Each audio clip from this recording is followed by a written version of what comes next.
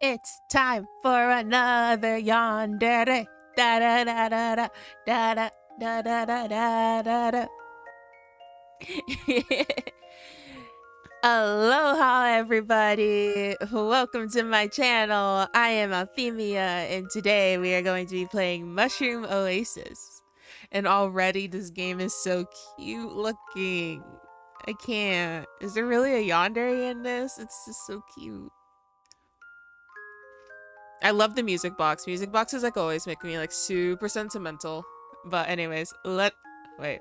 Okay, there it is. Let's start. What is your name? My name is Althemia. Althemia. What is your cat's name? Kalea, you're a cat now. Kalea. And your cat is... My cat is a female.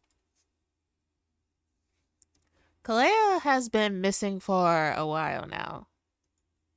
She was an indoor cat, but had a tenacity of a wild cat on a mission, trying to leave whenever the door was open. Catios and playtime just wasn't enough for the little missus. I figured she'd come running if I left out some food by the porch. 3 days later, still no cat. I've tried everything I could think of. Asking around the neighborhood, putting up missing cat posters. Sadly, nothing came from my efforts. I couldn't search for her during the day since I had work keeping me occupied. And there's only so many hours in an evening I could yell around the street looking for her. There was only one place left I could think of that she might have ran off to. The woods by my house, right across the street. I've definitely caught her eyeing the birds and squirrels that ran alongside the perimeters from the front window, her teeth clicking in excitement. I was no outdoorsy person by any means. In fact, the thought of going in there scares me. But I had to find her, or at least try. The first weekend that came around, I packed up some water, Kalea's favorite treats, and a compass to be safe. I wasn't sure where to even begin looking for her, so I started walking in a straight line, calling out her name every few steps. It certainly didn't take long for me to realize I was way in over my head. Why did I think this was a good idea? It was hard to find my bearings with the surrounding trees. I didn't want to admit I was lost, at least not yet. I could only squint down at my compass as the needle spun slowly. Pretty sure they weren't made to do that. Did I really bring a busted compass on my first venture out in these woods? Figured that would be just my luck. The only thing risking my own safety was my own incompetence. I shook my head hastily. No. No time for negativity. Kalea was out there somewhere, cold, lost, and hungry. I had to keep going. It's been hours. I am so lost. I don't even know why I kept searching even after the moment I'd realized that. Why did I think this is a good idea? Hunger had been gnawing at my stomach for a while now, having missed breakfast and lunch altogether. The heat and humidity from the afternoon sun was unbearable, but the cooling air did nothing to soothe me.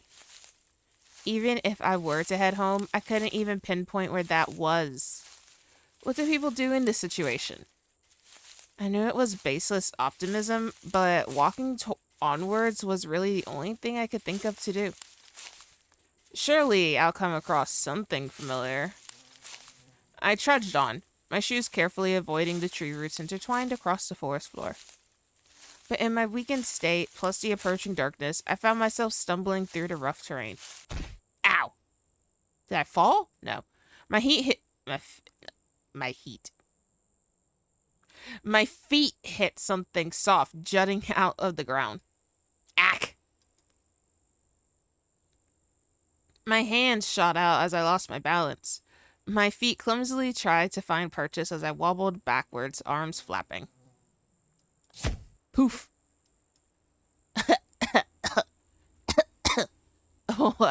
What? My shoe had landed smack dab in a circle of mushrooms, the brunt of it causing a wispy cloud to erupt from the cluster. I stuck my nose in my elbow to avoid breathing it in. I couldn't differentiate one tree from another for the life of me, but I'm pretty sure humans aren't supposed to inhale whatever the hell that was. It smelled strongly of rotten wood and wet dirt, even as it cleared. Something shiny quickly caught my attention. I stopped down to pick it up, gasping under my breath. It was Kalea's collar, covered in whatever the hell those mushrooms released. I looked around desperately for any signs of her. Kalea! Kalea! Maybe it was a bad idea naming her Kalea. My doggy's looking at me like, I'm right here, Mom. Psst, psst, psst, psst, psst, psst. I coughed from inhaling some of the remaining dust floating in the air. I should really steer clear from this. Pocketing Kalea's collar, I retreated carefully until I could breathe again. Stepping back, I could still smell it. It must have stuck to my hair and clothes. A quick once-over confirmed my suspicions with a slight cringe. A thin yet generous coating of it covered my sleeves and jeans. I leaned against a tree, dusting off my clothes, in a naive attempt to get the dust and smell out to no avail. If anything, it felt like I'm breathing more of it in. What used to be musty now turned sweet. Now turned sweet, and I found myself inhaling even deeper, trying to pinpoint the smell. Cucumbers? It smelled like fresh cucumbers. A tingly feeling crept up my hands and neck, pinpricks spreading across my limbs as a strange heat reached my face. I started to feel drunk and woozy. My senses were numb. It should freak me out, and yet a strange comfort washed over me. I should lie down. Right now, in fact. My legs gave out from underneath me, my body toppling over at an awkward angle. I laid there and stared and stared and stared. It was nice here. A peaceful calm. The perfect place for a nap, even. My eyes grew heavy as I swam in and out of consciousness. Yeah, a nap sounds really good right about now. Oh dear. And we are out. Oh? Sorry this happened to you, little one. By the will of the forest, may you rest in peace. I'm not dead. Wait. A human? How'd you end up all the way out here? I repeat, I'm not dead. Do not bury me. Please. Still breathing, too. Thank you. Ah, jeez, I can't leave you here. What should I do? I woke with a jolt. It was warm, but comfortably so. I could feel the weight of a blanket on me as I tried to sit up. I couldn't. I couldn't move my body. My fingers twitched uselessly at my sides as my eyes darted around in panic. Glancing about, I could see the interior of a cabin, or at least the ceiling of one. I couldn't see much past the corner of my eyes. Where was I? How did I get here? A desperate feeling rose in my chest. I had to leave. Right now. This was wrong, wrong, wrong. I wasn't meant to be here. I could hear the crackling of a fire nearby, likely the source of warmth I had felt on waking up. I could also hear footsteps approaching. We'll pretend to be asleep. I shut my eyes quickly, hoping that they hadn't noticed. I slowed down my breathing, willing my face muscles to stay still. From beside me, someone chuckled softly. I already know you're awake, Firefly. Come on now. I'm not gonna hurt you. I fluttered my eyelids, straining to look at the person approaching. My eyes widened as I took in their appearance. The protrusions from their forehead catching my attention. Not to mention the green skin. The stranger didn't sense my unease as they heaved a sigh of relief. You're awake. That's good. Very, very good. How are you feeling? I blinked. Oh. Sorry, I forgot about that. Here. The person held a cup to my lips, a strong, sweet smell coming from the rim. A gentle head grabbed my chin to open my mouth. I couldn't even move to resist. Don't worry, it'll help you feel better, I promise. Drink up. As the liquid hit my tongue, all I could feel was a vague sense of heat. As I kept drinking, taste and texture returned, the sweetness of berries and chamomile coating my taste buds. I could even detect a hint of mint. I lifted my head finally, hands fisting at my sides as I propped myself onto my elbows. The person kept a steady hand on my chin, careful not to pour in too much in case I choked. I finished every last drop, wiping my mouth with the back of my hand. I stared at my fingers, realizing I had full autonomy over my body again. Good as new. How are you feeling? Better, thank you. The stranger laughed. Oh, I like the way you sound. Huh? Been ages since I've talked to anyone, much less a voice as nice as yours. Huh? I brushed off their strange compliment, finally looking around the cabin properly. It was a simple room filled with sparse but decorated wooden furniture fit for someone living alone. An open archway to the right led to what I assumed was the kitchen. Next to it was a door was closed shut. Possibly the bathroom? Taking it in, there was a common theme of knitted decorations strewn about. Any available surface had patterned knitted tablecloths covering it. An unfinished project laid beside the bedside table where I sat, a pair of knitting needles jutting out of a pile of yarn from a small basket. As far as I could tell, it looked like the beginnings of a green scarf. Aw. The stranger was comfortable in staying silent, observing me as I glanced around. They tossed their hat onto the bed, scruffing their hair and making it even messier. With their hat off, their unique features were impossible to ignore. Sorry, but what are you? Oh, I didn't introduce myself, did I? Hiya, I'm Michael, with a Y. I shook my head. No, I meant that, Michael stared at me, their left ear twitching. You look very... He snorted. Ugly? Off-putting? No, you look really cute, actually. Like, I kind of want to hug you cute. No! Just different. Different, huh? You're just being nice. No, you're pretty cute. I just want to boop your snoot. Well, then explain yourself. I mean, that's kind of rude, isn't it? I paused for a moment before pinching my nose bridge, exhaling slowly. I'm just... Sorry. It's been a long day. I should be thanking you. If it helps, it's, a skin condition? Is that what you humans call them? The way they said it didn't sound confident. And the ears? Genetics? Right.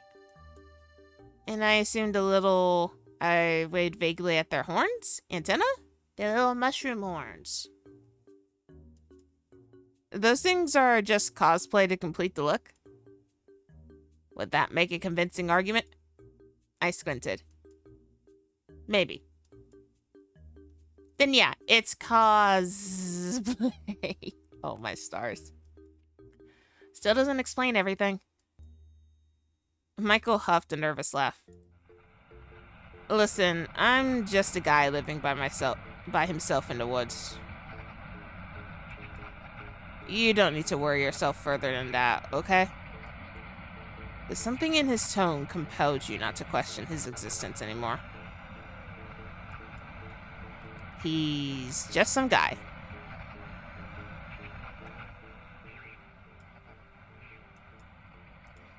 Living in the woods. Completely normal. Alright, completely normal. I'm Althemia. Michael beamed. Nice to meet you, Althemia. I fiddled with the blankets as Michael scooted closer from the edge of the bed. I know I already asked, but how are you feeling? Any aches, sores, nausea? Intrusive thoughts, weird impulses, fever maybe? He placed his hand on my forehead before I could react. His hands were calloused, quickly retracting as he gave a thoughtful hum. You seem to be lucid. That's a good sign. Great? He hummed absently, his twitching ear reminding me of a perturbed cat. Cat. My cat! Oh, shoot.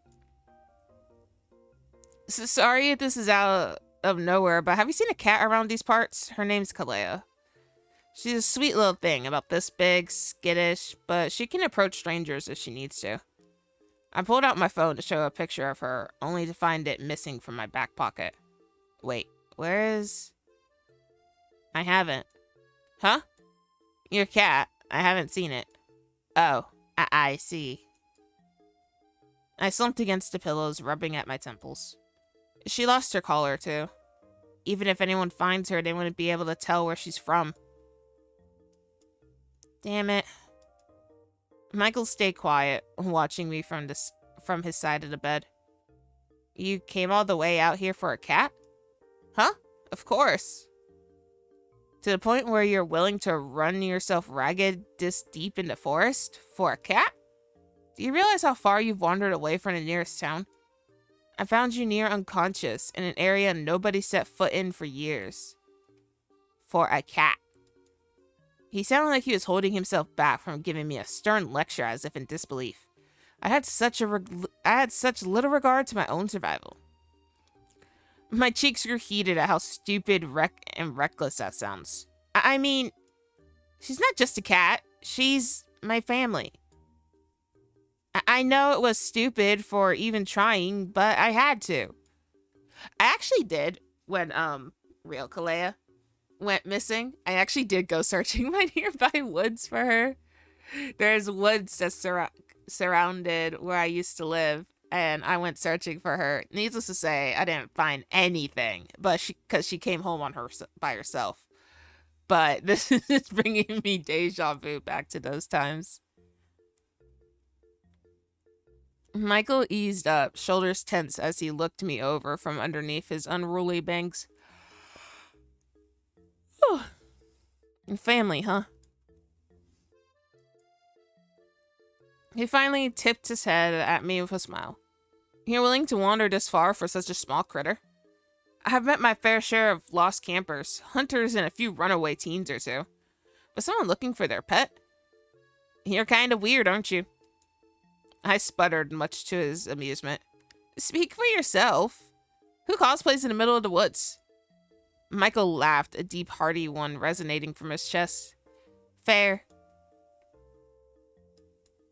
I think I'm starting to like you, Althemia. Likewise? His smile widened, but something about it was off. He was showing too much teeth.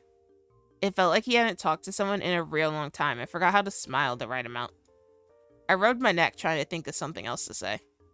Can I ask, how did I get here?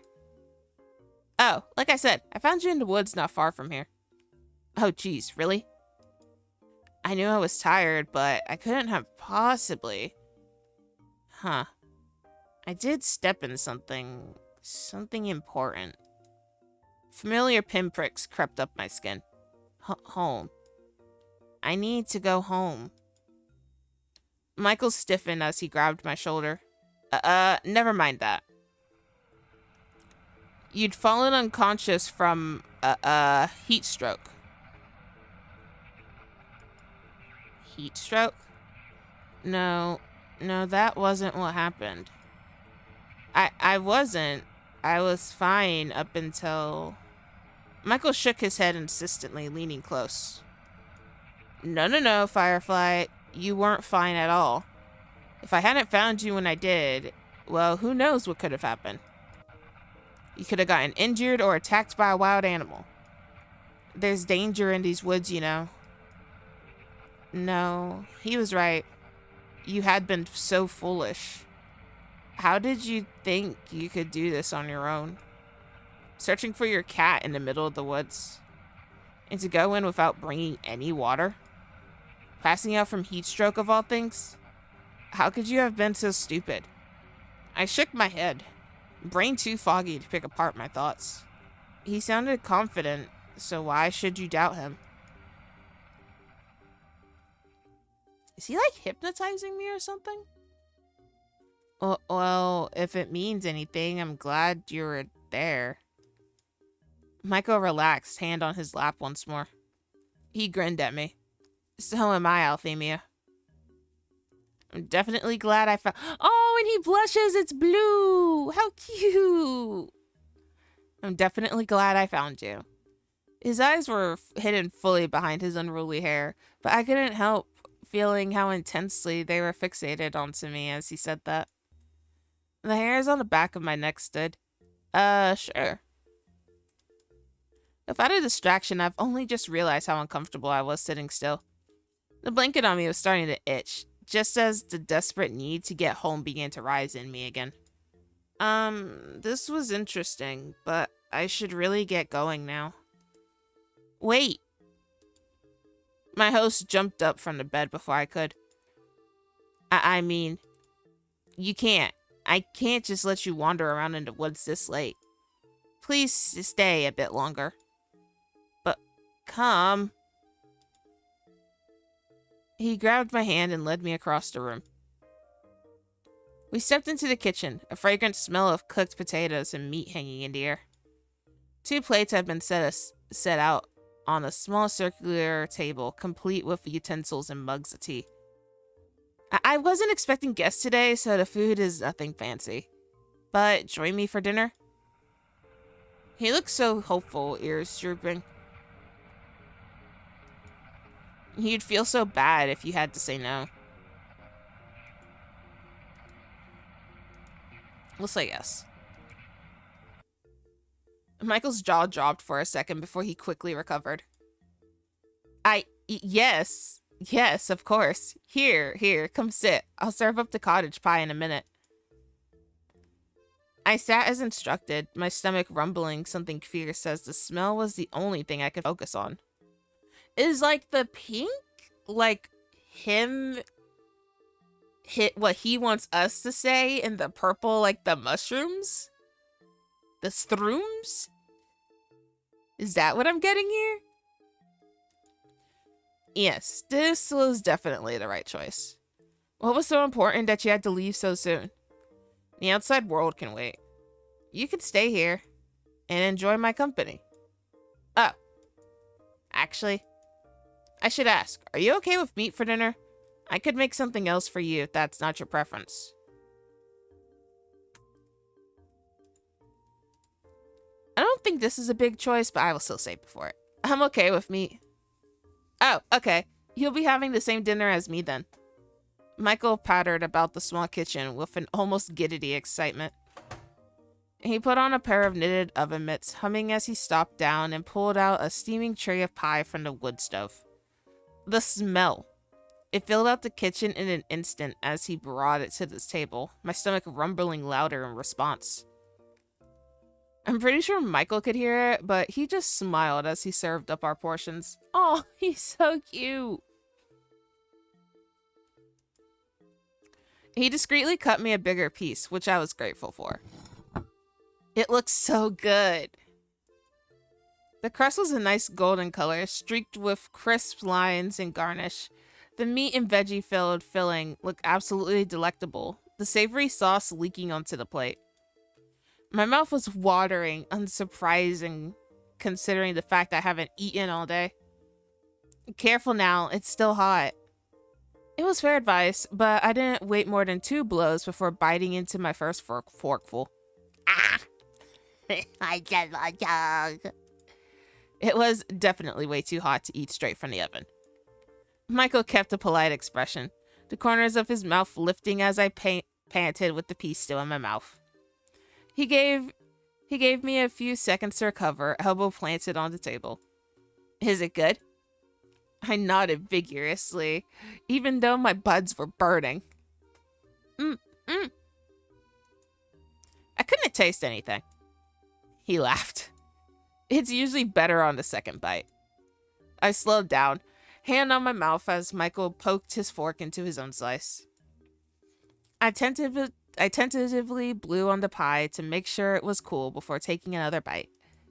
He was right. The second bite was a lot better. The seasoned potato crust was nice and crisp on top, cheesy and creamy in the middle. The savory meat feeling was well cooked and bursting with flavor. Every bite felt like home. My host watched me enjoy the meal from across the table. Do you like it? Yeah, this tastes amazing, Michael.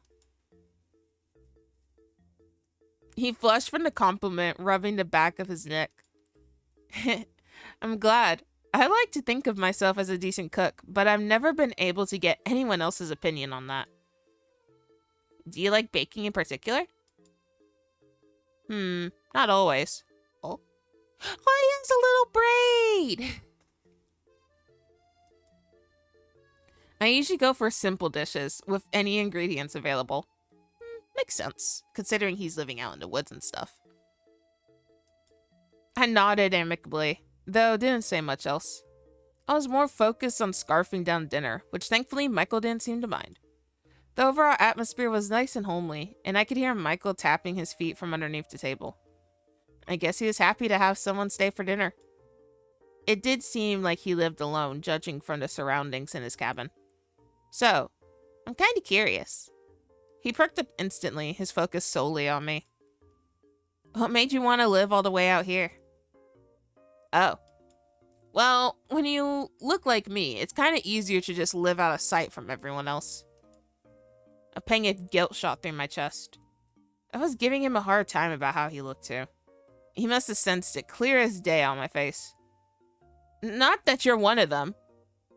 You've actually been nicer than most. Though, I wonder if... His smile turned strained. Never mind. My point is, it's better here than anywhere else. Why don't you try to see Firefly? Firefly is a really cute nickname. He seemed uncomfortable now, easing into a different topic. It's probably best to follow along. Oh, sure. I reached out towards my mug, only to push it off the edge with my clumsy fingers. Wait! I bent over to the side to grab it, fully expecting it to fall just out of reach and land on the floor into broken pieces. It never did. Instead, a long green appendage was twisted around the ceramic mug, securely keeping it in place. Not even a drop had fallen out. My eyes trailed along the length of it until I pinpointed that it came from behind Michael. The rest of it partially hidden beneath his cardigan. Michael? Is that yours? I. Michael buried his face in his hands, the strange appendage from before lowering to his side, mug in tow. I'm sorry, Althemia. I think it's time I was honest.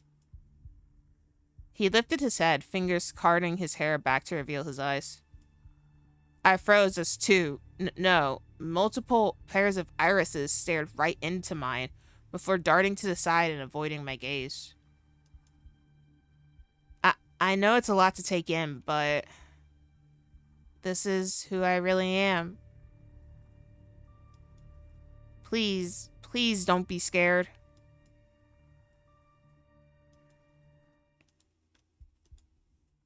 Want to remain calm. I swallowed audibly, willing myself to not look away. He seemed to be holding his breath as I gripped the edge of the table. It felt unsettling every time he blinked those eyes in succession, even when he wasn't looking at me. Was it real? It had to be. Everything about him suddenly made so much more sense. The isolation, the avoidant behavior. He looked freaky, yes, but he also looked sad. I swallowed thickly. I'm not scared. Michael's many pupils blew wide, dilating like an excited wildcat. It sent a shiver up my spine. Okay, maybe just a little bit scared. Ah, sorry. Aww. He hastily grabbed an empty plate and hid behind it, shoulders scrunched up despite his stature. Oh, honey, you don't have to hide. Would it help if I just hide it? I could fix my hair like before, if that's what you prefer. His voice was muffled behind a ceramic barrier between us. It was kind of endearing. I slowly reached out to touch his hand, a slight brush of my fingertips making him jump in place. Michael. Yeah? Can you put that down? Please. He slowly lowered the plate. His eyes were still darted to the side, avoiding me. Can you look at me? Aww. Oh, the blush. Don't look at me like that. So sorry, I just can't stop looking. This is awkward. This was so awkward. His hands were shaking. I looked down at the mug still floating next to him, hanging on for dear life. I reached over and plucked it straight out of his grasp. I tentatively took a sip, noticing how Michael was watching me over the rim of the mug. The taste was mildly spicy, with an almost earthly bite to it. I recognized it instantly as ginger tea. It's almost room temperature, but it's still pretty good. Huh? You wanted me to try the tea, right? I like it, so thank you. Uh-oh. I'm glad. Michael relaxed back into his seat, following my lead as I picked up my fork once more. The silence didn't last long as Michael fidgeted.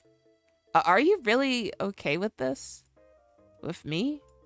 I gave him a once-over, really taking in his features. It's very different than what I'm used to, but I think I can learn to like it. Is that weird to say? I mean, you're not bad to look at. It's actually kind of, Damn it, damn it, damn it! What do I say? I want to say pretty.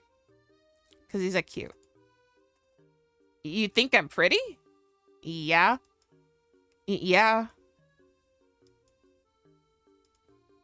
Aww. Oh.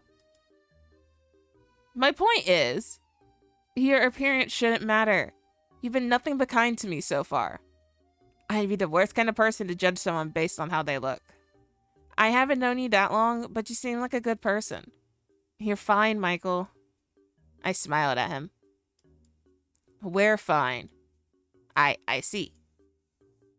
He fidgeted some more before nodding, smiling a bit. Thanks, Althemia. I'll cherish this moment forever. He beamed at me enthusiastically, went back to eating his food. That was something. We continued with a bit of small talk, mostly stories about Kalea or snippets from my personal life. Michael hung on to every word I said, not bothering to elaborate much about himself, despite my burning curiosity. I could tell he was extremely insecure about his appearance, so it's probably best I keep my questions to myself for tonight. We cleared up the kitchen in relative silence, Michael storing away the rest of the pie as I washed the dishes by the sink. Being out here in the remote cabin, I wondered how he'd had running water. Maybe I'll ask him later. So, thanks for dinner. Thanks for the company. Oh, and please, take to bed tonight. But. You're my guest and I'm the host. Take to bed, okay? Alright. I'll be out of your hair first thing in the morning. Michael got quiet, staring at the floorboards. With his hair out of the way, I could finally read his expressions. He did seem upset. Is that okay? I do need your help, though. I'm pretty sure I'm just gonna get lost again on my own.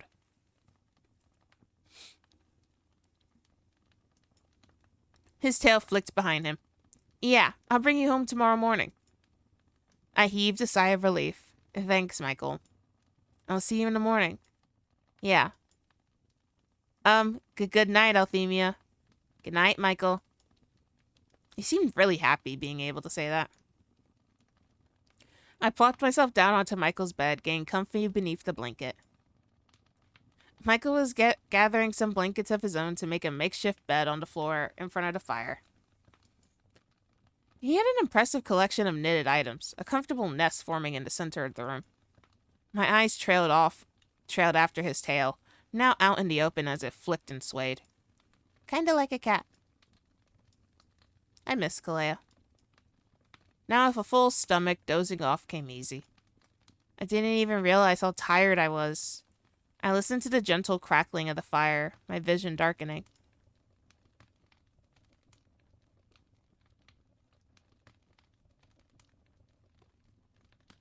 Good night, Althemia. Whoa, his eyes glow. How cool is that? Wait, he was watching me sleep. Huh? A soft humming invaded my dreams, stirring me away.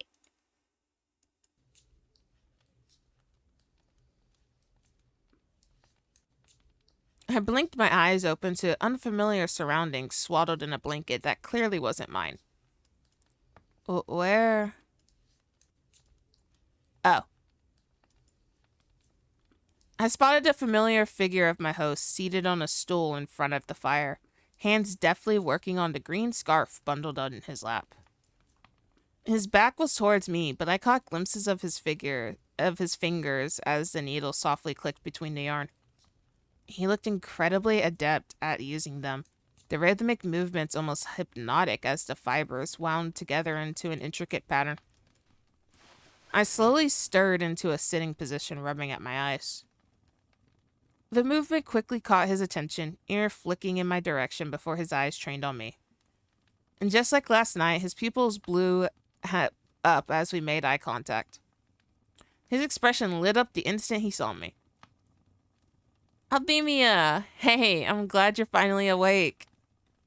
He looked so tired. I didn't want to disturb you until you've gotten enough rest.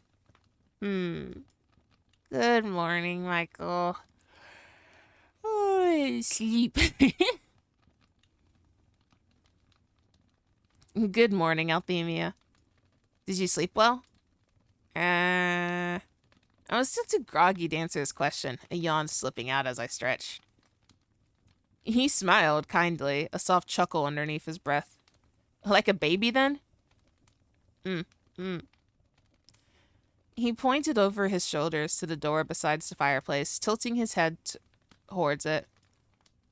You can freshen up in the bathroom if you'd like while I start on making us some food. I'd have eaten breakfast by now, but I'd want you to join me while the food is still hot. How do eggs and toast sound? Sounds delicious. Great. I'll see you in the kitchen then.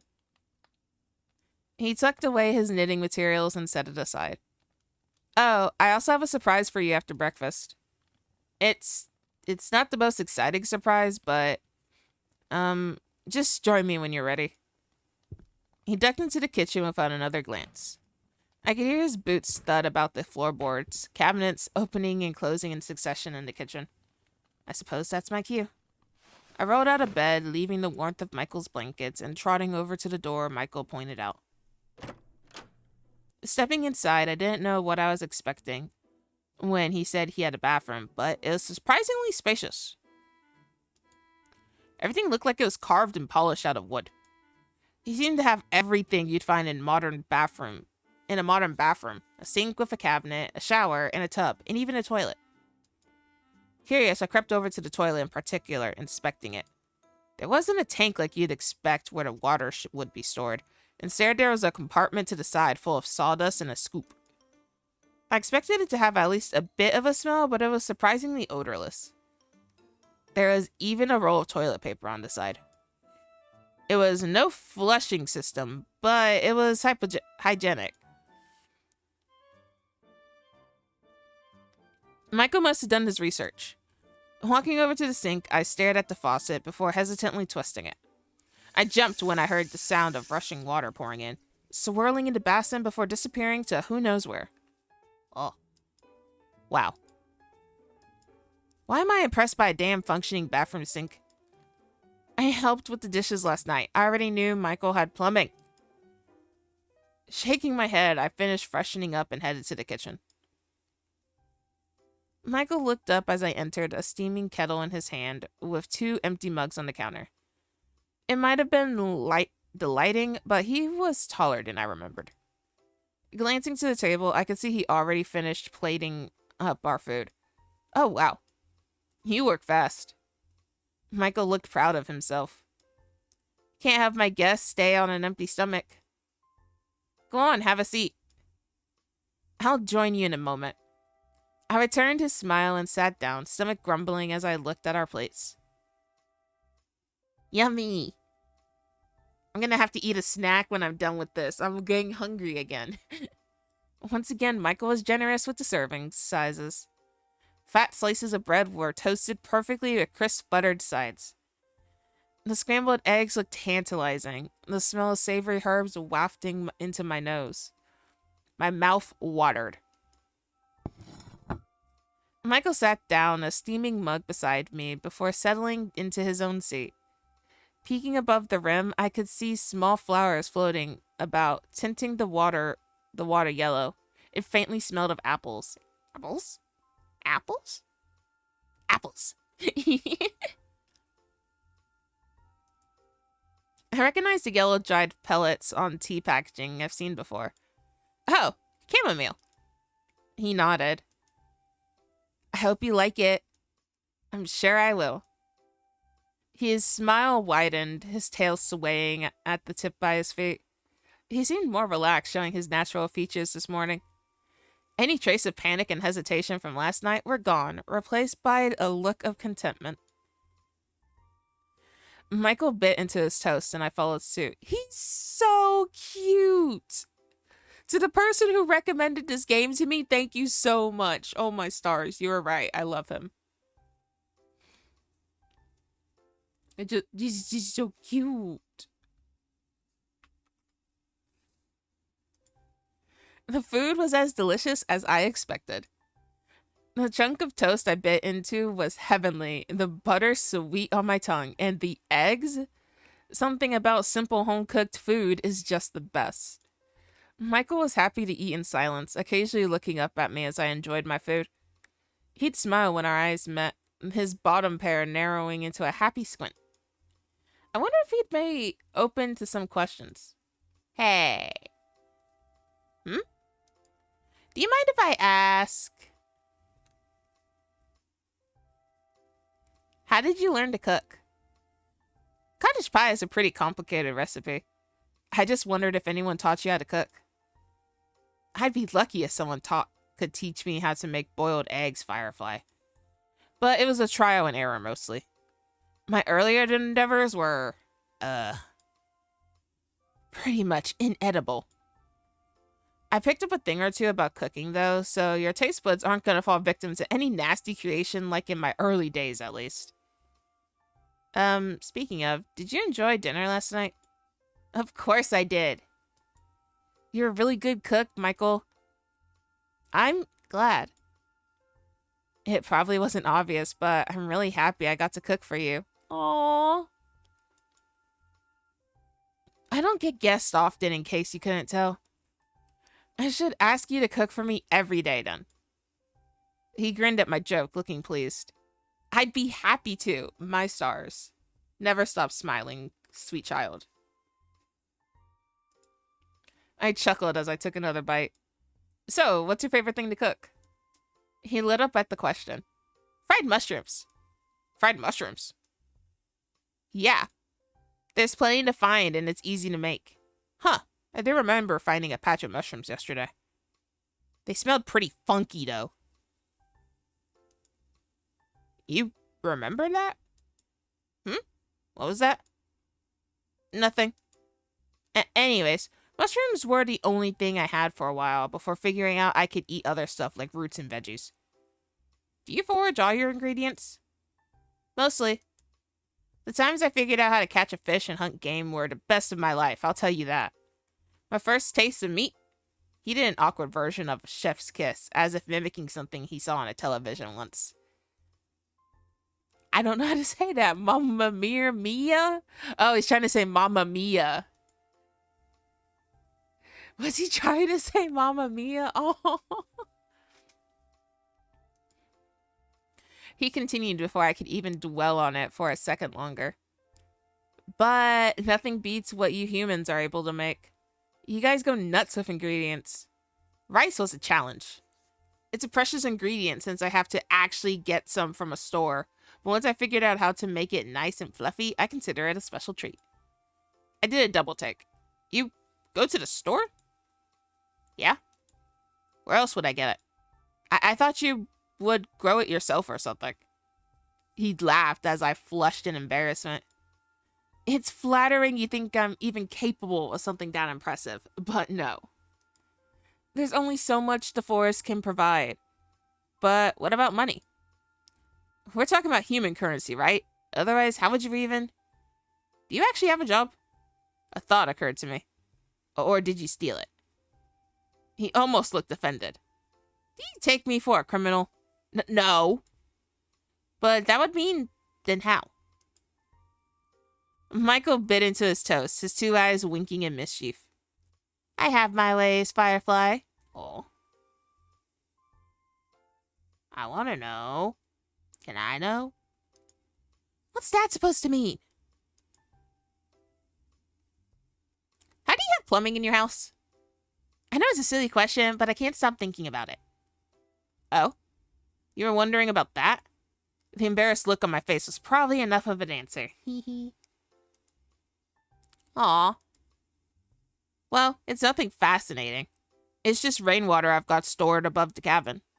Just rainwater? He nodded.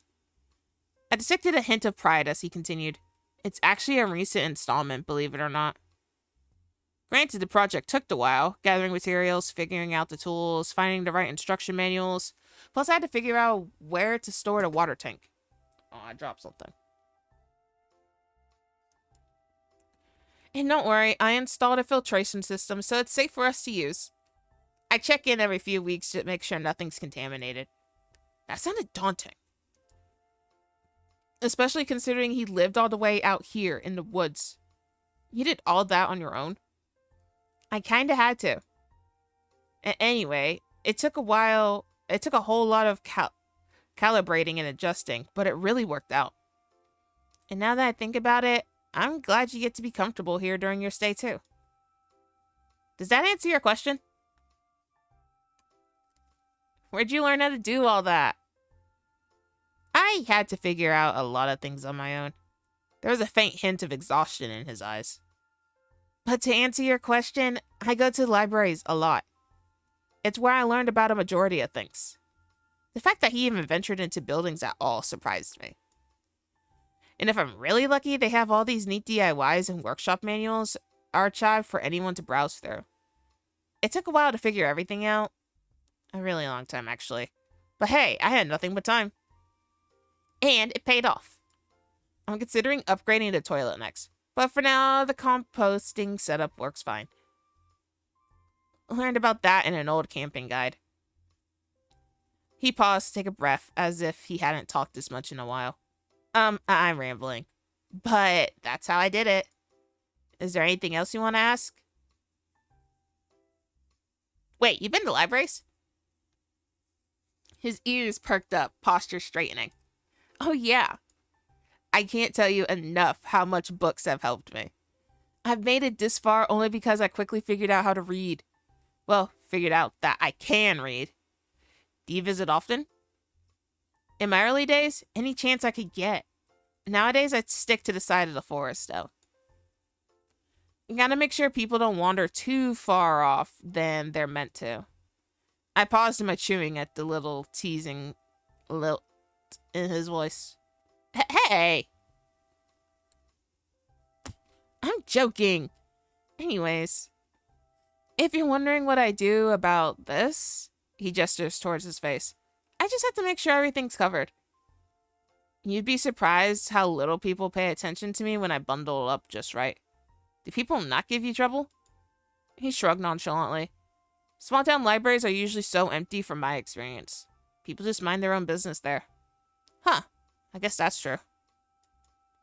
I can't remember the last time I visited a library. I remember when I was younger, I used to go to like a library a lot. I pretty much went to the library every day for a while. I was just obsessed. I guess libraries would be Michael's equivalent to the World Wide Web. I should introduce him to the internet sometime. Actually, maybe not. Not without parental control. Finally satisfied, I nodded and went back to eating my food. What's it like living in the woods? I still can't believe how cozy you've managed to make it, considering the whole middle of nowhere thing. It wasn't like this when I found it. No. It was a major, fixer-upper. So the cabin was abandoned. I never would have guessed. Yeah, I'm really happy I get to live somewhere permanent for once. It's not much, but it's home. What's it like? Peaceful, quiet. I do like it a lot. The forest provides me with everything I need. And nobody bothers me for the way I look out here. His ears twitch slightly. Sometimes you just happen to end up where it's most convenient for you. And everyone else. The way he avoided my eyes as he said that gave me the impression there is something more to it. Like, his home wasn't just out of convenience, but a fear of something else. Rejection, perhaps? Or something worse. Anyways, I don't really have anything else to say about it, unless there's something specific you want to ask. He doesn't think about his answer much before beaming at me. What about you? I know you told me a little about yourself, but what's it like being you? I scoffed, waving a hand. Please, I'm the least interesting person in this room. Trust me. You know, I'm just an anime girl on the internet, you know? His eyes are shining in earnest as he leaned forward. Tell me anyway. Oh, well. I told him about my life, at least the parts I was comfortable with sharing. Just like last night, his eyes didn't leave my face, occasionally darting about my features and interest. The direct oogling was making me nervous, but I suppose I was doing the exact same thing when it was his turn to talk. Eventually, I came to the topic of my job and the woes of living in modern capitalism. I am a bit jealous. You have the whole cottagecore aesthetic practically perfect. His face morphed into a confused pout. Cottagecore? I explained it to him in my own words. Oh. You're saying you want to live the way I do, out in the woods? I nodded without hesitation. I mean, I wouldn't mind showing you the ropes. His tone seemed strangely lilted. What do you mean?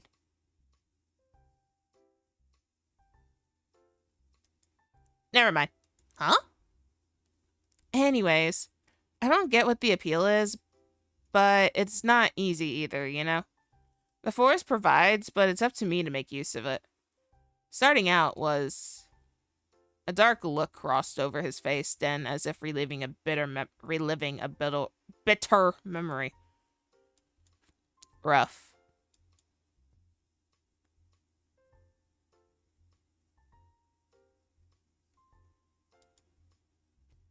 But I'm built for survival. I feel like asking him to elaborate would make things awkward. I decided to veer the topic into a different direction. Doesn't it get lonely? Sometimes. But I'm used to it. Aw. He smiled, his eyes lighting up.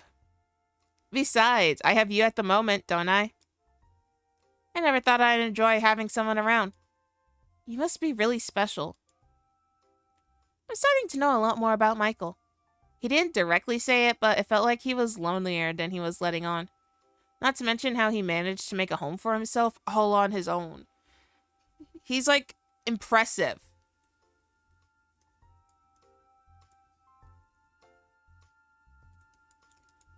I had to wonder if he had anyone at all. Do you have any family around? Family? Oh my god, yawn. His expression turned solemn for a moment before he looked sheepish. Remind me how that works again? I get the concept based on some books I've read. I don't have what you call parents, if that's what you're asking. My mouth dropped open in shock. No parents? He shrugged and took another bite of toast. Not that I recall. What's that like, living with so many people like you in such close proximity? Some days may be good, some days may be bad. Oops. Huh? That's how it works, right? You know the humans living in one house. Some days may be good, some days may be bad. And you have this, den, thing that makes you relate to the rest. Oh, DNA. That's what makes a family, right? Was he talking about DNA? His definition threw me off, but I had to answer somehow. Not just that. Family is... people you're related to, like your mom and your dad and your siblings and relatives. People that you love and care about who love and care. People that you love and care about who love and care about you too. He seemed intrigued. Is that so? That does sound nice. Is there anyone that you love and care about? Of course I do. I have a family. I love my friends. I want both. Why can't I choose both? Heck, I'd even call my cat family. Ah, right. Obviously. And this is the same for all families? I bit my lip pondering the question. It would be naive to think that. A lot of families do love and take care of one another, but not everything is perfect. Sometimes that love can be misplaced, or taken advantage of, or even abused. Michael looked thoughtful. So it starts with love? I've read some stories about that. Love, I mean. Though certain feelings just don't make sense to me. At least from a reader's perspective. I guess you'd have to experience it for yourself to understand. He stared at me unblinking for a moment. Yeah, he might be right. Oh, so cute. I never considered that. Then again, who would bother loving a monster like me, huh? Monster? What? You're not a monster. I look like one, don't I? That's besides the point. You're not denying it, though. I'm just saying, it's okay. You don't have to lie to me. So, family. Right. To be fair, everyone's definition of family could be different. What about you? What's your definition of family? Michael looked surprised I asked him that question. I don't know. I've never had one, and I think your answer just confused me more. Well, if you ever figure it out, let me know. Michael stared at the remaining crumbs on his plate before he nodded, avoiding my gaze. Sure. We both felt quiet, and a long conversation blanketing us in a comfortable silence. All this family talk, it reminds me of the reason why I'm out here in the first place. To look for my beloved cat, a sight I might never be able to see again. I couldn't help the sinking feeling in my chest, the growing pit in my stomach. I wish I was able to find Kalea. You would have loved her. Michael opened his mouth to say something, but changed his mind. My voice warbled as a lump formed in my throat. Sorry. I just miss her so much. I keep thinking if I just went looking for her sooner, maybe I would have been able to find her by now. He was quick to speak up. You did your best, Firefly. No one else could have gone to the lengths that you did.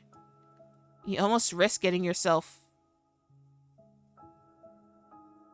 I'm sure wherever she's doing okay. You really think so? I know so. His voice was laced with a confident assurance, despite the worried look on his face. I nodded with a quiet sniff. I hope so. She's just important to me is all. Michael looked like he wanted to reach across the table for me, but sighed instead. Actually, I'm sorry, Althemia. I should tell you.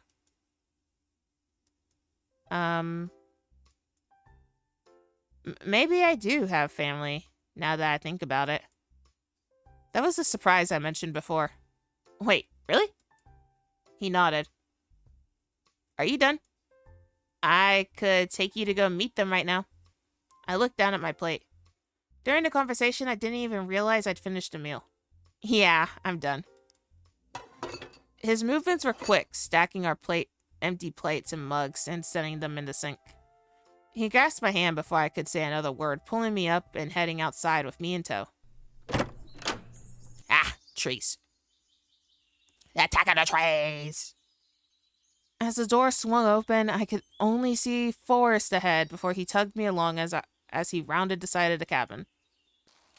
Almost immediately, my peripherals were assaulted with greens on both sides. Whoa, carrots, beans, I think that's tomatoes, lettuce, eggplants, wheat. I figured he was the type to grow his own vegetables, but to see it in person as confirmation was a whole different thing. With Michael leading the way, I had only a moment's take in the surrounding garden. This is incredible! He had marked different plots with messy drawings on small wooden signs jutting out of the dirt. Carrots, lettuce, potatoes, trellis of tomatoes, and beans. I wouldn't have been able to differentiate one plant to another without the signs. Even a chamomile from our tea just now grew abundant close by, a small bud swaying gently. Ah! Sorry. I bumped into Michael as he suddenly stopped, the man looking over his shoulder to beam at me. We reached what looked like a fenced-off area, with a bit of netting stretched all around. He stepped aside, watching me as my eyes widened. Chickens! Oh, you look at them! 3 fat, happy little hens strutted about like they owned the place. As he entered through the gate, the hens swarmed over in an instant at Michael's feet, circling him and pecking at his boots. Ladies, meet Althemia. Althemia, these are Mar, Sansuyu, and Primrose. Or as I like to call them, Marmar, Sunny, and Rosie. Oh, he's so cute. I'm dying from cuteness, guys. He ducked to pick one up, fluffing up her feathers as he smiled. He gently scratched the hen's little head, which I assumed was Rosie. She practically melted at his pampering eyes sliding shut. The other two flapped their wings in a huff and went about their business once more. Michael leaned closer, beckoning me to pet Rosie. She was so soft. Rosie's the oldest. She doesn't lay eggs anymore, but I couldn't bring myself to, you know. So I brought her some friends. Marmar came first. Sunny's a more recent addition. What do you think? Do we make a good family? I laughed and nodded, watching as Rosie nuzzled into Michael's chest. I didn't expect chickens of all things. Were you expecting something else? I was expecting it to be someone else. Oh. Heh, no. When you look like me, people generally don't stick around. There's that negative self-talk again. I'm gonna bonk you. You don't even look that bad. His eyes flickered to mine, a look of pleasant surprise crossing his face. You really think so? Yeah. You can't be that naive, Firefly. I mean it. He let out a polite scoff as he scratched Rosie's head absently. He genuinely believed people wouldn't run away at the sight of me. Well, I didn't. His smile turned smug, the corner of his lips lifting just a bit. Of course you didn't. Because you couldn't. Shoot. He wasn't wrong. I was pretty much paralyzed in his bed when we first met. But I still don't think you look that bad. Is that so? Describe me then. What? You heard me. Look at me and describe what you see. For a second, I thought he was being condescending. But looking at his eyes, all I could see was a bit of playfulness. He looked at me expectantly, eyes shining. You're tall? Go on. You have blonde hair. He gave it a amused squint, his left ear twitching. What else? You have the cutest cat-like ears. You have green skin and a tail. He chuckled, though there was no malice in it. But that's not all, is it? He definitely expected me to say it straight. Oh, fine. So you don't look human. So what? He hummed absently. As I was saying, animals generally don't care if you look like a monster. My heart twisted at his words. His passive nonchalance somehow makes it even worse. Michael, you're not a monster. Blech. A tug at my shoelace caught my attention. A light brown hen stood at my feet, her beady eyes shining. Sunny flapped her wings almost expectantly. Michael, can I pick up the hen? Please. It's looking at me so cutely. Please, can I pick it up? Aw, I think she likes you. Go ahead, pick her up, gently, like how I did with Rosie. Yay! I hesitated, but slowly lowered myself to cup Sunny by her wings.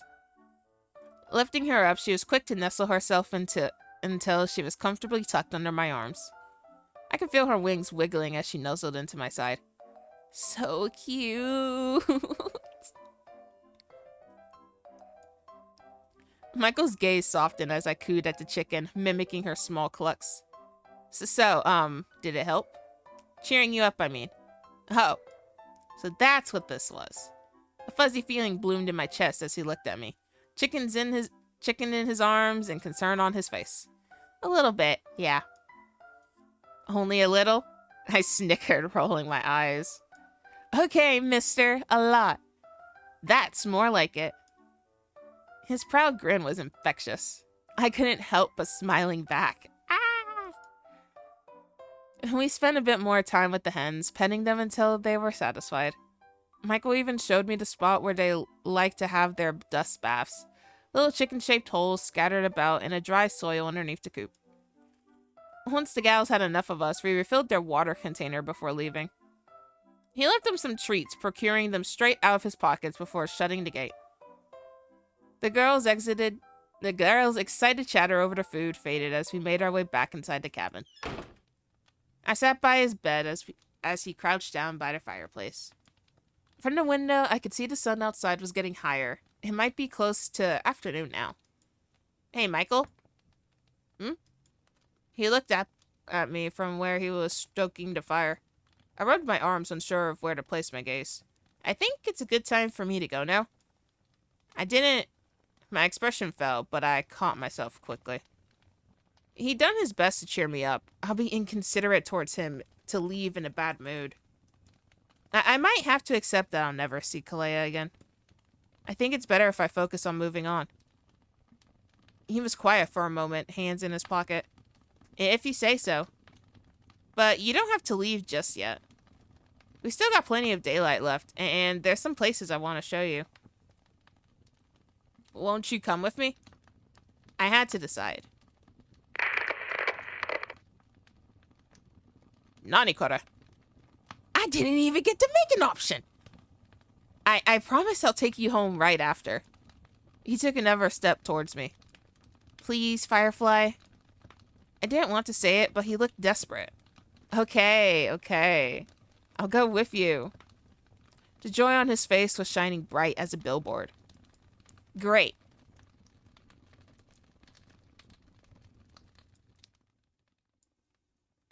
Let me get our stuff. He disappeared into the kitchen, returning with my backpack in one hand and a satchel in the other.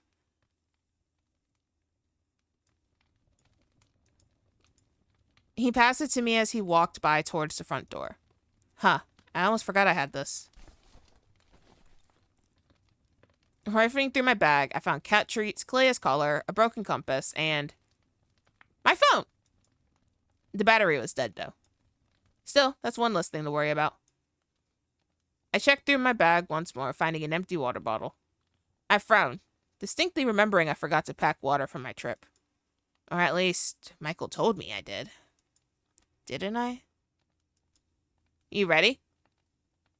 That crossbow! I looked at Michael, startling when I spotted the large crossbow in his hands. Whoa. He followed my gaze and shrugged, albeit with a nervous smile, like he'd been caught doing something he shouldn't be. He quickly strapped the weapon to his back and out of sight. Don't worry, I'm not going to use it unless necessary. I would hope not. He chuckled at my indigent tone. You think I'm going to let you out into the woods without guaranteeing your safety?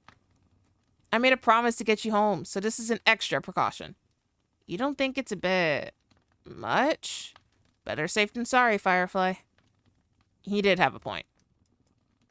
If anyone knew these woods and the kind of danger it held, it'd be Michael. I glanced over him again, noticing he changed his oversized cardigan for something more outdoor appropriate. His eyes tracked mine, his shoulders stiffening as a tint spread across his face. Oh. So, shall we? He opened the door and waved me out.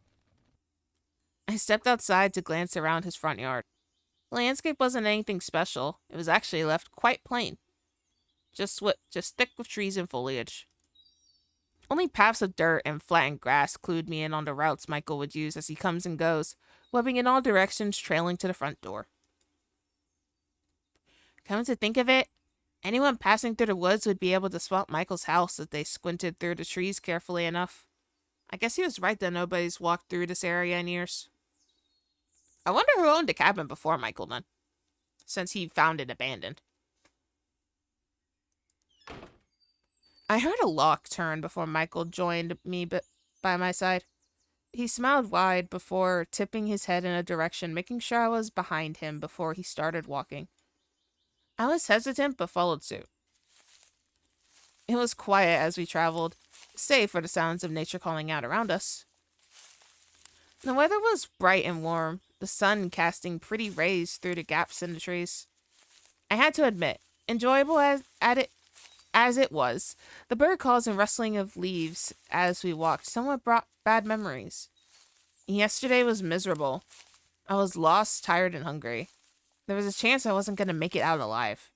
I watched Michael's back as he led the way, the man barely paying any mind to his surroundings. His ear would occasionally flick back in my direction, but overall, he seemed confident on where to go. I wonder where we are going. Having Michael as my guide home was definitely a great assurance. It made me even more grateful he found me when he did. I sighed and shook off the negative feelings, keeping pace while appreciating the fresh air. I stepped up next to my companion, willing my voice to speak after plenty of silence. This is actually kind of nice. A good old nature walk. I coughed into my fist, feeling embarrassed. I don't go outside as often as I should. Michael smiled kindly. I'm glad I get to bring you then. Yeah, feels different when you know where you're going. Actually, where are we going? He sensed my nervousness and laughed. Don't worry. We're almost there. I looked up and saw it before he even pointed it out. A clearing in the distance, the trees growing strangely sparse in that area. I held my breath as I noticed the grass slowly started to dot with flowers, delicate blooms swaying here and there in the breeze. So pretty!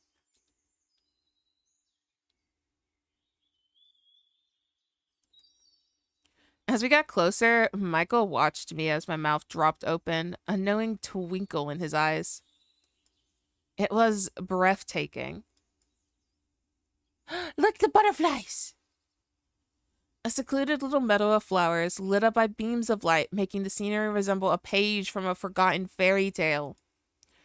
Butterflies flitted about in pairs, their wings flickering and complementing the surreal yet enchanting ambiance of the whole place. Michael let me gawk some before walking ahead, turning to face me before sitting down to relax on the grass. He slipped off his satchel and laid it on the grass by his side along with his crossbow. I blinked out of my stupor and approached him, spinning around to drink everything in before plopping myself down next to him.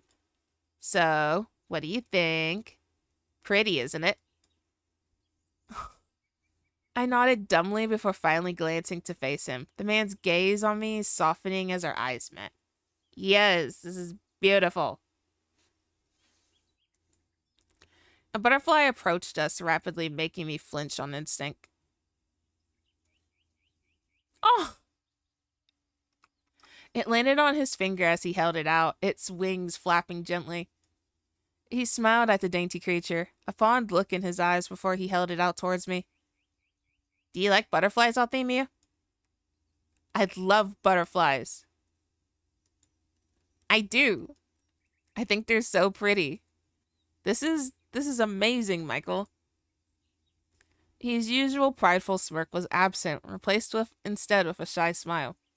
I'm glad you like it. The sun was at its peak now, the air getting warmer as minutes passed. The leafy canopy over us provided enough cover for us to not overheat. Michael picked a flower with his hand and placed it in my palm, his tail looping loosely around us both as my cheeks darkened. He closed his eyes and leaned back further, the butterfly purring? The butterfly still resting on his hand. My ears caught a soft rumbling before I realized it was coming from his direction. I almost wanted to ask, but I didn't want to ruin the moment. My gaze dropped as I twirled the flower in my hand, holding the stem delicately. The gesture felt platonic, but also romantic. I wonder if Michael was even interested in relationships. He'd been alone most of his life. He'd probably get tired of my presence sooner or later. Before I could contemplate further, the butterfly on Michael's finger took off, my gaze trailing after it as it left the sunlight and flew away into the woods. Which reminds me. Michael? Don't get me wrong. This place is stunning. But is it okay if we go now? He straightened from his relaxed slouch. Well, why? We just got here. I chewed on my lip, hesitating. I love it here, I do. But I want to go home, Michael. Michael studied my face. Althemia, do you want to leave me that badly? What? No. I need time to recover from losing Kalea. I know it's silly and dramatic, but knowing she won't be there when I get home. I trailed off, another shot of guilt and regret filling my chest. I just need to get it done with. I feel a hand rubbing my back. Michael nodded slowly, looking me in the eyes. His smile was gentle. That's okay. I understand. But maybe this place can help with that. It's a nice spot to nap in, isn't it? I picked it out just for you. Why don't you go ahead and lie down? His words made you sway, a sudden bout of sleepiness weighing heavy over your eyelids. He was right. It is a nice spot to nap in. Why were you in such a hurry? You yawned, laying back to stretch on the grass. The warmth from the ground seeped through your clothes, lulling you into a sense of comfort and safety. There you go. Just spend some time with me. Just a bit more. Please. Whoa. That sound made me feel funny, IRL.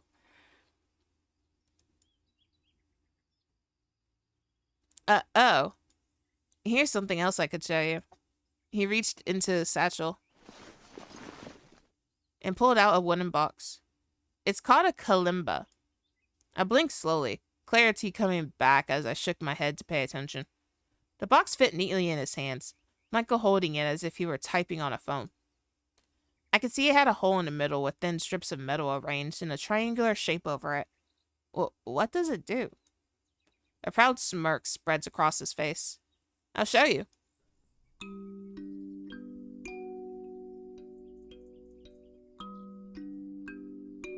That is beautiful. He began to pluck at the metallic prongs, a gentle ringing sound resonating with every flick of his thumbs. I couldn't recognize the song. He might have made it up himself. I closed my eyes, enjoying the tune. Michael gave a soft chuckle as he kept playing. Relax and listen as long as you'd like, Firefly.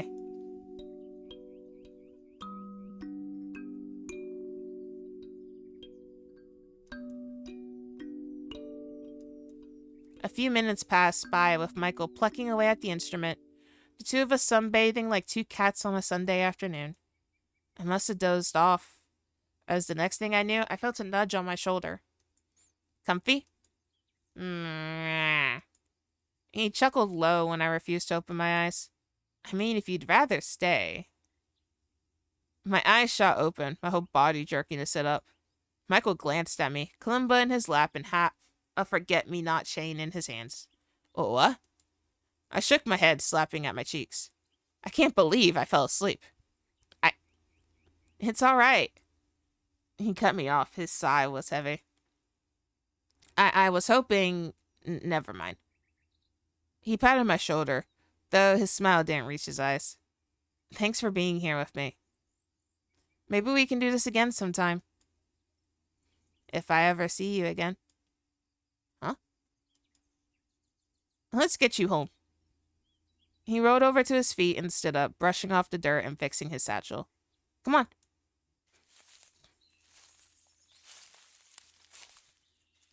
We gathered our things and set off into the unknown once more. Well, unknown to me at least. Michael seemed to have a map of this place ingrained in his brain. You seem a bit sleepy still, so let's freshen up, okay? He walked a bit further away from the clearing, coming across a river. Compared to the rest of the path we walked, the area was shaded considerably with the thick canopy of leaves over us. The flowing water looked inviting as I kneeled down by the bank, Michael idling close by. I dipped my hands in, eager to wash my face. The water was refreshing and cooled my heated skin in the afternoon sun. I pulled my hands back to see Michael peeking over my shoulder into my reflection, smiling with a faraway look on his face. He startled as our gazes met, irises darting away to look at himself instead. Immediately, his expression changed. His ears flattened, a grimace twisting, his features as his lips curled back. What's behind me? What's behind me? I'd never seen such contempt in his eyes as I did then, staring at his own visage. He stepped away, retreating underneath the cover of a tree to lean against it with crossed arms. He doesn't notice me watching. I patted my hands dry on my shirt and approached him. You ready? Yeah. I stopped him before he could turn to leave. He looked at me with a questioning look, tipping his head. You didn't like yourself in your reflection? I hesitated. I wasn't the type to speak my mind directly. Most of the time, I'd keep things to myself and let things go by. But nobody should look at themselves and have that sort of reaction. Hey, you know you're not, I might as well be frank. You're not a monster, Michael. He looked taken aback. What makes you say that? I saw how you were looking at yourself. How you talk about yourself. None of it is true. I keep telling you, you're more than just your appearance. I don't know what compelled me to do it, but I did it anyway. I reached for his hand and held them between us. His eyes widened at the contact. All it took was a day with you, and truthfully, I think you're the most amazing person I've ever met. He made a choked noise. I'm just some old nobody compared to you. That's not... Shut up and listen. He promptly shut his mouth with an audible click of his teeth. From where I stand, you saved my life. You've taken care of me better than I could ever ask for from a stranger. That already proves to me you're not the monster you think you are. You're charming, you're smart, you're sweet. You're a million more wonderful things, but you are not a monster. I take a second to compose myself, lowering my voice. You may look different, Michael, but guess what? His multiple eyes stared into mine, ears flattening as if fearing the worst. That makes you all the more beautiful to me. His breath hitched. I could feel his hand squeezing mine, fingers trembling. It was like he forgot how to breathe. Michael? I realized my hands were getting sweaty. I pulled away hastily, scratching at my neck and avoiding his gaze. I could feel the blood rush to my face. I could dunk my whole head in the river and it'd probably let off steam. So sorry, that came out of nowhere. It just didn't feel right if I didn't say anything.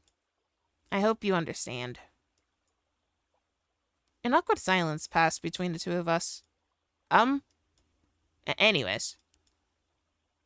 I caught him mumbling under his breath. I can't let you leave. What? I said you can't leave. I mean, not without your cat, right? I frowned. I've already tried, Michael. Like you said, it was stupid for me to just wander off in the woods as if I'd find her through dumb luck. He paused, his fists clenching. But I haven't. Huh? I haven't tried. I know these woods better than anyone. I can try looking for her. But that means you can't leave yet. Michael, I appreciate the offer, but I don't think I should stick around any longer. I have a job and responsibilities and you hissed in pain, a sudden migraine overcoming your senses. Ow. You felt sick, your stomach wringing itself into knots. It felt like the world was warping around you as your legs wobbled. Your body buckled over as you resisted the urge to vomit. Michael caught you as you slumped graciously to the ground, your head resting on his shoulder as he cradled you close. Hey, you don't look so good. Your vision doubled as he spoke, his speech oozing together, words into an indecipherable mess. Are you okay? You need me to carry you home? You know, there's only one answer.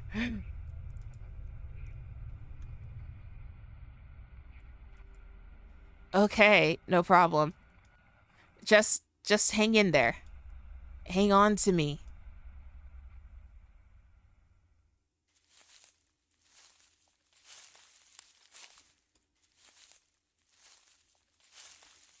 I'm sorry.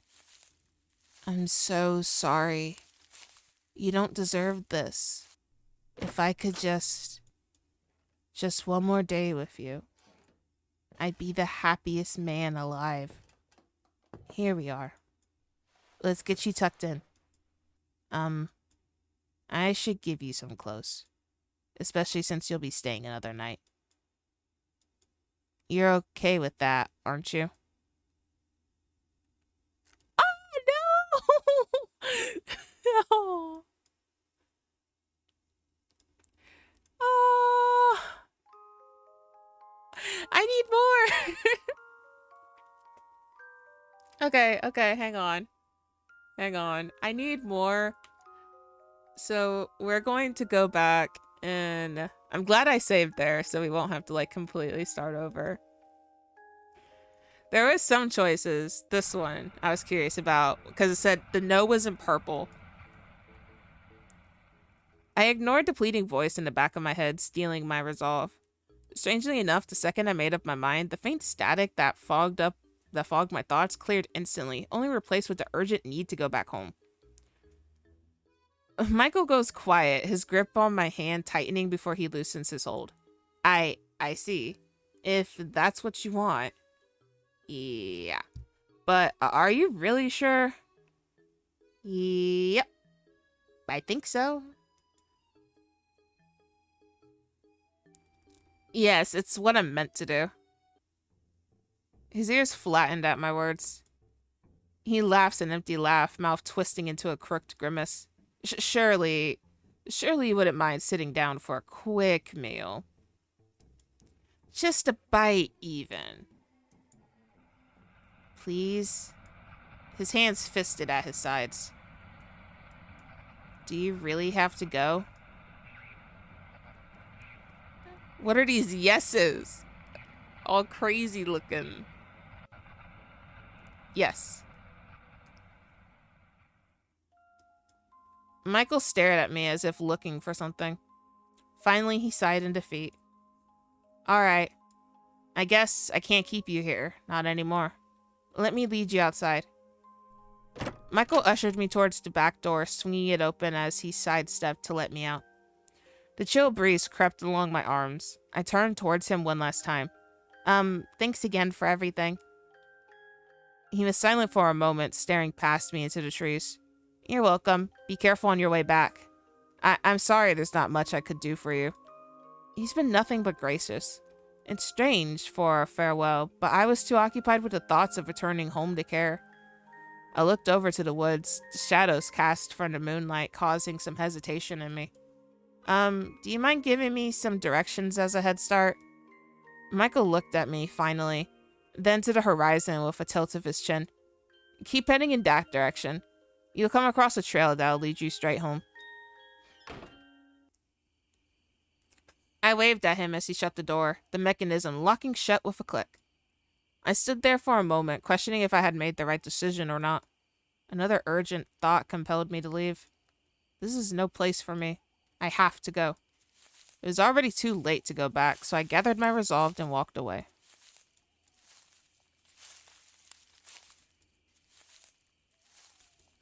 I walked and walked, trees blending into one another after a while. I should have been afraid or concerned, but it felt right. The darkness that surrounds me was too comforting for me to feel in danger.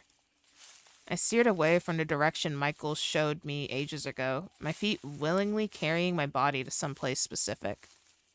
Someplace special. A final destination. Oh, no. Here. The patch of mushrooms I had stepped in earlier. I was meant to be here. I've always meant to be here. I laid down into cold, wet dirt and closed my eyes.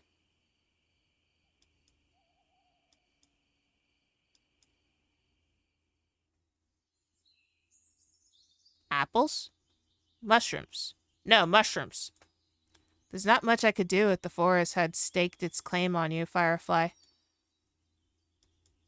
I wish I'd found you sooner. Sleep well, Althemia. No, that's my cat. No, that's me. No! That's where I was like, and that's my cat. No. Peaceful slumber. I don't like that. So my cat's dead? Great. I have no idea where else to... What is this one? No, I don't think that one would do anything different. What is this one? Yes, load it. What happens if we freak out? Monster. I flinched as his eyes thinned into sharp slits. No. You're a... Oh, I don't like this. I don't like this. Don't be mean to the baby. He's just a baby. He's adorable. Don't... Althemia. I kicked back against the chair, letting it clacked her to the ground as I scrambled to the living room. He was a freak. How did I ever let him get close to me? I had to escape. Now. I ran to the door furthest into the room, hoping it was the exit, rattling the doorknob desperately. It was locked shut. Althemia, please. I abandoned the front door and ran to the window by the bed, my fingernails scraping against the sill. It was sealed tight, the lock barely budging as I tried to twist it with my fingers. Heavy boots slowly came closer behind me. I spun around to see him by the edge of the doorway, hands up in a careful stance. Althemia, calm down. I'm begging you, just let me explain. Stay away from me. My eyes landed on the basket on the bedside table, the needles glinting against the firelight. I don't want to kill him. I'm gonna take him. I grasped both needles and pulled them from the arm, the basket dropping to the floor in my haste. Holding them to my chest, I stepped back as Michael came closer, eyes wild as he realized what I held. Hey, look at me, Althemia. You don't want to do this. You're gonna hurt yourself. Let go of those things. I don't wanna. He was aiming blindly. I lunged forward. He probably wasn't expecting it because he hardly moved as I stabbed them straight through his chest. What have I done? What have I done? What have I done? A choked sound made past his lips before he collapsed, his disgusting pair of eyes dazedly searching the room for me. Althemia? I can't see you. What have I done? What have I done? What have I done? I backed away, my breath lodged in my throat. That's okay. I know you can hear me. Ah, this hurts so much. He wheezed out a pained laugh. You know, I was so alone. When you came along, I was so happy. Just to talk to someone, to have dinner with someone. You even liked my cooking. Ah. I really thought you would be different. Did you really hate the way I looked that much? Oh, my heart. He laughed bitterly once more, spitting out some blood. Why do I keep lying to myself?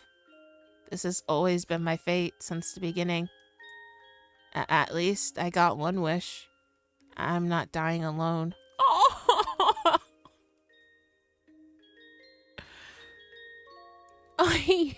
No. Althemia? Are you there?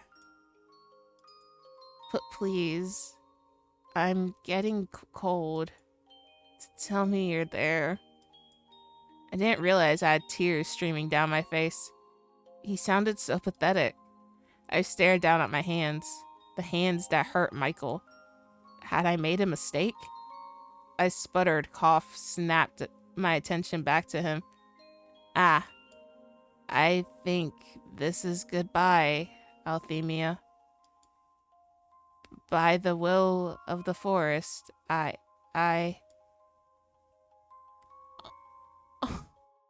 Oh no! He cast one last breath, the sound rattling across the empty cabin as his eyes glassed over completely.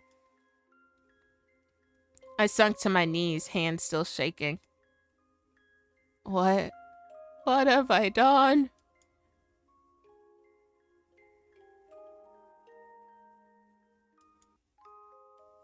No, I don't like that.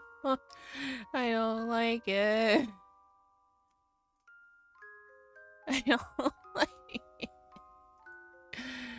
No.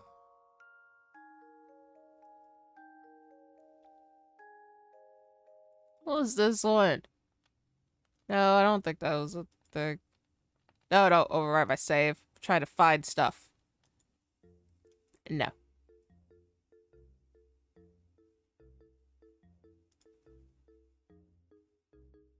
What was this one? No, don't overwrite it. Just load it. Load it.